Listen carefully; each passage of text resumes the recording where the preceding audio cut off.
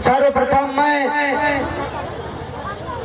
तथागत गौतम बुद्ध बाबा साहब के चरणों को प्रणाम करता हूँ। साथ ही साथ मैं अपने माता पिता के चरणों को प्रणाम करता हूँ कि जिन्होंने हमें पैदा किया और अपने खून पसीने से सींच करके इस काबिल बनाया कि आज हम आप सभी लोगों के सामने दो शब्द रख सके।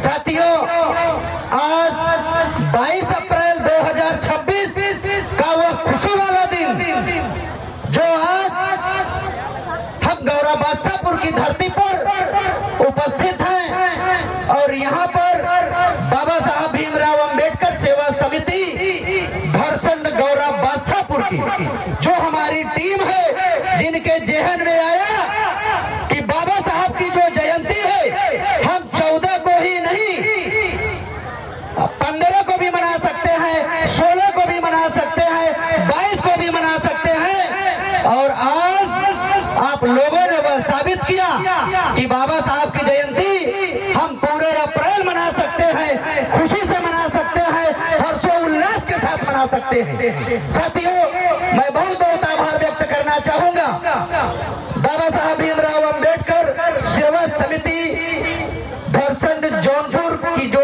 अध्यक्ष जी हैं दिलीप कुमार जी, उपाध्यक्ष राकेश कुमार जी, कोषाध्यक्ष प्रदीप कुमार जी, धर्मराज गौतम जी, नेबूलाल गौतम जी, सदस्य के रूप में जो हमारे साथी काम कर रहे हैं, संजय जी, डॉक्टर विकास जी, डॉक्टर रविंदर जी, मन्ना लाल जी, अरविंद जी, सूरज जी, आंसू जी, अंकित जी, सचिन जी, प्रजीत जी, अनुज जी एवं सभी साथियों के लिए मैं आप सभी लोगों से चाहता हूं कि एक बार जोरदार तालियों से इन समिति के सभी सदस्यों का सम्मान करें। ऐसे नहीं साहब, जितनी मेहनत इन लोगों ने किया है उसका टुक्का भी आप लोगों ने ताली नहीं बजाया साहब। जितनी मेहनत इन लोगों ने किया है, जैसे मैं बताता हूँ वैसे ताली बजाना है।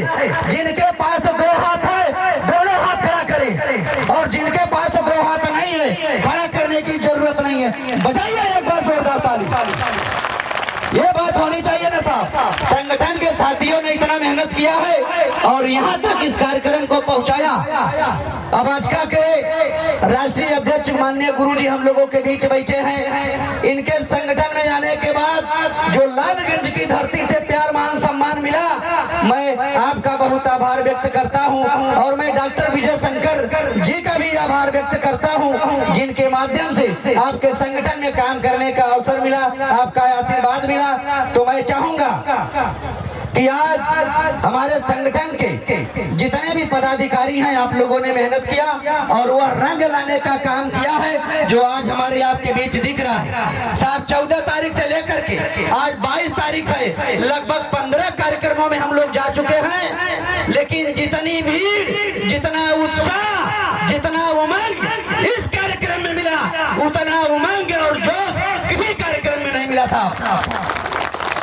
और मैं देख रहा हूं हमारे जितने बच्चे हैं, नौजवान साथी हैं, उनको छोड़ दीजिए। जो 60 साल से लेकर के 80 साल तक के लोग दादा हैं, उनके अंदर भी वो जज्बा है, वो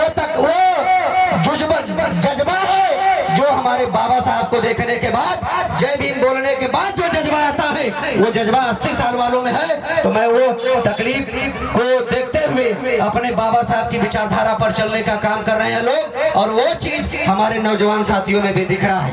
अगर जिस परिवार का वृद्ध आदमी अगर साथ में चले तो हमें नौजवानों को कहने की जरूरत नहीं पड़ती साहब, रास्ता अपने आप खुलता चला जाता है। क्योंकि हमारे तमाम वक्ता साथी यहाँ पर बैठे हैं, जिन लोगों के आगे हम कुछ नहीं है साहब। मैं व्यक्तिगत जिन लोगों को जानता हूँ, 2-4 घंटे दिया जाएगा तो उन लोगों के लिए कम पड़ेगा साहब। लेकिन मैं हमारे गुरुजी आज फेस टू फेस मुलाकात हो रही है, कई कार्यक्रमों में तो ऐसी भी मुलाकात हुई है जहाँ पैर छूने का समय नहीं मिला, इतनी सिक्योरिटी के साथ गुरुजी रहते हैं। लेकिन मैं धन्य हूँ, आज आपका आगमन हुआ, दर्शन हुआ, तो मैं चाहूंगा धर्मेंद्र जी, मैं सर थोड़ा सा समय और लूंगा, भाषणबाजी पर कम। मैं जानना चाहता हूँ जो आज बाबा साहब की प्रतिमा यहाँ लगी है और यहाँ पर बुद्ध जी और बाबा साहब इस बैनर पर लगे हुए हैं, तो 10 बच्चे और 10 बच्चियां मंच पर चढ़ा दीजिए। मैं सवाल जवाब के माध्यम से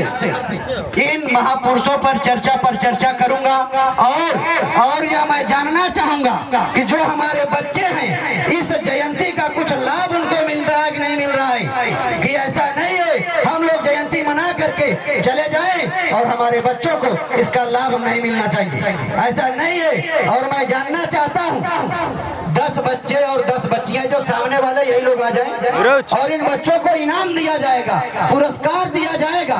जो हमारे आज गुरुजी हैं अबाजका के, हेलो जी, तो मैं चाहता हूं